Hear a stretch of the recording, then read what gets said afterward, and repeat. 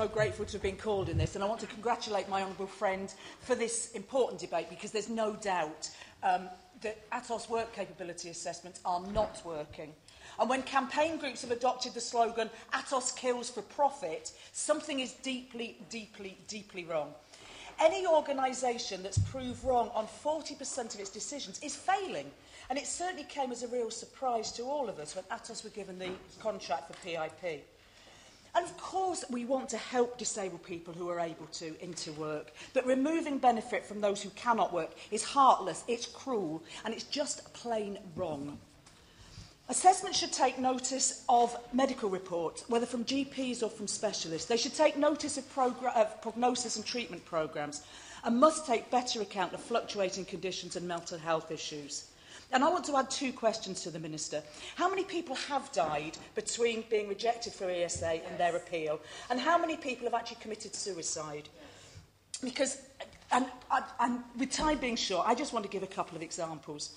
Aaron came to me last week. He was injured in a bomb blast in Afghanistan in 2009. The explosion broke virtually every bone in his body, and he suffered a crushed leg injury. And despite immediate medical care, his injuries resulted in a partial leg amputation below the knee in 2010.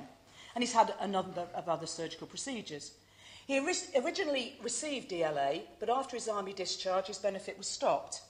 He was reassessed for benefit in November 11 and was told that as his walking had improved, he would not now get benefit. This was a bit of a surprise to him because he's still struggling with a transition to a prosthetic leg, as his stump is regularly infected. He has required other surgical procedures and is still waiting for another operation this autumn.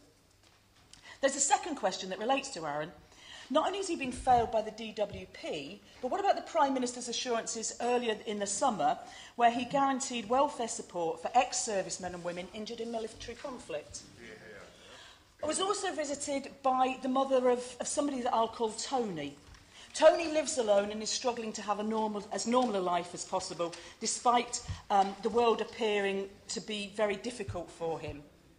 She was desperately worried about him, as he just scored 0 in his ATOS assessment, despite the fact that he is bipolar, has obsessive-compulsive disorder and has Asperger's. Now, Tony really wanted to work and has tried a number of jobs, and I'll just tell you about one. He tried a job as a postman, but because of his OCD, he could never get out of the door. He'd sort the letters by address, then he'd have to resort them by size, then he'd have to resort them by colour.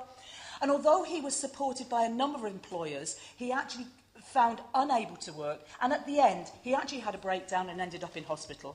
His consultant has said that he can't work. His family is now terrified about his suicide risk.